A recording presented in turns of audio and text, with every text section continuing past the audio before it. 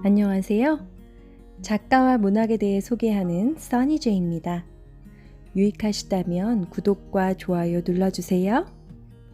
오늘의 작가는 셰익스피어입니다. 셰익스피어는 영국 르네상스가 만개하던 엘리자베스 1세 통치기인 1564년 4월 26일에 영국 중부에 자리한 스트랫퍼드 어폰 에이번에서 태어났습니다. 아버지 존 셰익스피어는 농산물과 모직물 중개업으로 성공해 신분 상승을 이룬 인물이었고, 어머니 메리아드는 워릭셔의 명문가에서 태어나 자란 귀족이었습니다. 결혼을 통해 자신의 사회적 지위를 더욱 굳건히 다진 존은 1568년 스트랫퍼드 어폰 에이번의 시장으로 선출됩니다. 이런 유복한 환경에서 셰익스피어는 장남으로 태어났습니다. 셰익스피어는 4살 때부터 아버지를 따라 연극 구경을 했으며 마을의 문법학교에 들어가 공부했습니다. 그러나 이후 아버지의 계속되는 사업 실패로 가세가 기울면서 결국 대학에 진학하지 못한 것으로 보입니다. 1582년 그의 나이 18살에 셰익스피어는 유복한 농가의 딸로 8살 연상인 앤 해서웨이와 결혼해 일남 이녀를 낳습니다. 그런 그가 꿈을 품고 가족과 고향을 떠나 런던으로 옮겨간 정확한 연대나 이유는 분명치 않습니다.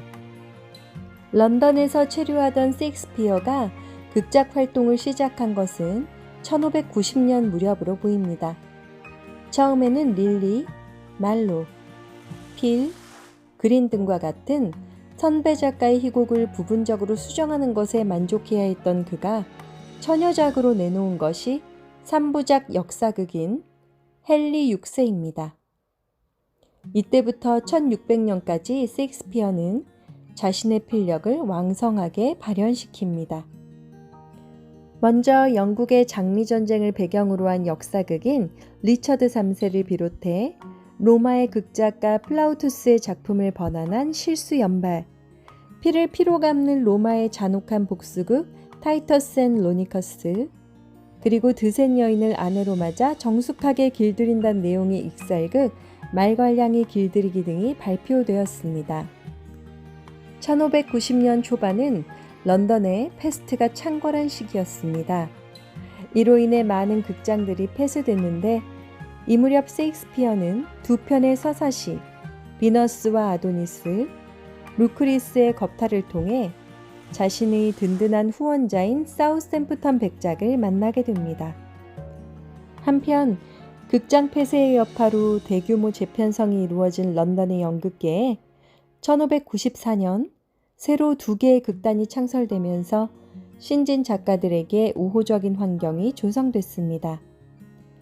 그중 하나인 로드 체인벌린 극단에 소속된 셰익스피어는 배우이자 극작가로서 본격적인 활동을 시작합니다. 그는 평생 이 극단을 위해서 희곡을 썼는데, 초기 작품들로는 원수 집안의 남자와 여자 사이의 열렬한 사랑과 비극적인 파국을 그린 로미오와 줄리엣을 비롯해 왕국의 통치자이면서도 강렬한 시적 감성과 나르시스트적인 품성으로 고난에 찬 역정을 살아가는 인물을 그린 역사극 리처드 2세, 그리고 아테네 교회에 자리한 숲을 무대로 펼쳐지는 환상적인 밤의 세계를 그린 낭만적 희극 한여름밤의 꿈 등이 있습니다. 1590년대 후반으로 오면서 빼어난 통찰력을 발휘한 역사극과 희극들이 만들어집니다. 그중 대표적인 작품으로는 사악한 유대인 악덕 고리대금 업자인 샤일록의 횡포와 더불어 연인들의 감미롭고 희생적인 사랑의 힘을 배합한 베니스의 상인, 리처드 2세에게서 권력을 찬탈한 헨리 4세 치하의 음모와 혼란에 찬 암흑기를 배경으로 한 헨리 4세 등을 들 수 있습니다. 1599년에 이르러 셰익스피어는 템지강 남쪽 연안에 글로브 극장을 건설하고 자신이 속해 있던 극단의 상설극장으로 삼았습니다. 이 무렵 셰익스피어의 창작력도 최고조에 이릅니다. 이때 발표된 작품으로 궁정에서 추방된 공작과 가신의 목가적인 생활을 배경으로 젊은 남녀의 연애를 낭만적으로 그린 뜻대로 하세요와 궁정에서 상은할 목적으로 쓴 시비야 등을 꼽을 수 있습니다.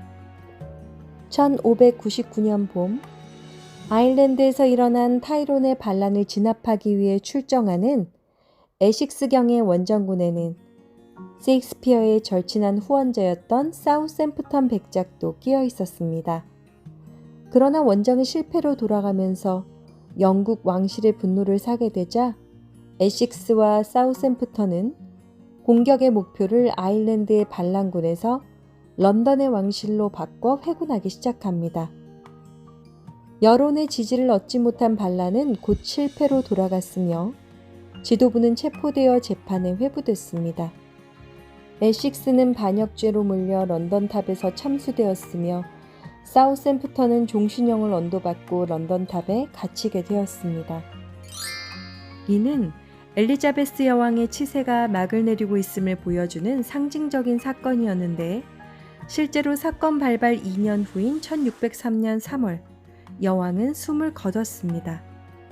이런 일련의 불행한 사태는 셰익스피어에게도 커다란 충격을 안겨주었습니다. 그 영향으로 1600년 이후 그의 작품 세계의 면모가 확연하게 달라지면서 비극 시대가 개막합니다. 셰익스피어의 4대 비극으로 널리 알려진 햄릿, 오셀로, 리어왕, 맥베스 등은 바로 이 시기에 쓰여진 작품입니다. 햄릿은 사랑과 존경을 바치던 대상인 아버지를 잃은 왕자 햄릿이 아버지를 죽인 범인이 숙부라는 사실을 알게 됩니다. 햄릿은 그런 숙부와 결혼한 어머니의 도덕적 타락과 배신, 그리고 용서받을 수 없는 숙부의 죄악과 그에 대한 증오, 연인 오피리아의 죽음 등으로 인해 극심한 고통과 절망감에 시달리다가 마침내 비극적인 최후를 맞는 이야기입니다. 오셀로는 악인 이아고의 관계에 빠진 무어인 장군 오셀로가 정숙하고 착한 아내 데스데모나의 정절을 의심하고 질투하다가 급기야 아내를 죽이고 마는 이야기입니다. 리어 왕은 탐욕스럽고 간교한 큰딸과 둘째 딸에게 왕국을 넘긴 리어 왕이 결국에는 딸들에게 버림을 받아 분노에 찬 광인이 되어 광야를 떠돌고 자신을 진정으로 사랑했던 막내딸 코델리아도 결국에는 죽음을 당하는 이야기입니다. 맥베스는 사악한 마녀들의 꿰매 빠진 맥베스 장군이 권좌에 오르기 위해 아내와 함께 왕을 죽인 대가로 비참하고 가련한 최후를 맞는 이야기입니다. 진실을 얻기 위해 반드시 그에 갚음할 만한 커다란 대가를 치르는 인간 세상의 비극성을 제시하고 죽음에 대한 감수성을 내내 견지하면서 인간적인 가치 탐구의 긴장감을 놓지 않는 셰익스피어의 뛰어난 창작력이 세계 연극사상 최고의 비극을 만들어낸 것입니다. 엘리자베스 1세의 뒤를 이어 왕위에 오른 제임스 1세는 스튜어트 가문의 군주답게 예술을 애호하는 사람이었습니다. 1603년 5월 제임스 1세는 런던에 도착하자마자 연극을 육성하는 일에 착수했습니다.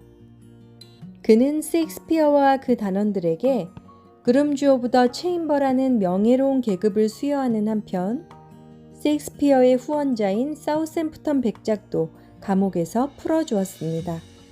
영국의 연극에도 변화의 바람이 불기 시작했는데 가정 비극과 풍자 희극, 그리고 감상적인 희비극이나 퇴폐적인 비극으로 그 축이 바뀌었던 것입니다. 셰익스피어도 이때부터 새로운 경향을 띤 작품들을 무대에 올려 발표하기 시작했습니다. 그것은 바로 로맨스극이라고 하는 희비극이었는데 그 가운데 대표적인 작품으로는 겨울 이야기, 템페스트 등이 있습니다. 희곡 외에도 그가 쓴 소네트들은 운문문학의 최고 절정이라는 평가를 받았습니다. 1596년 고향으로 돌아가 가족들과 지내며 틈틈이 런던을 오가는 생활을 하다가 1616년 52세에 세상을 떠났습니다. 셰익스피어의 희곡은 연극이라는 매개체를 통해 인간 내면의 도사린 다양한 면모를 극적이면서도 시적으로 잘 드러내 보인 운문 문학의 절정이었다고 할 것입니다.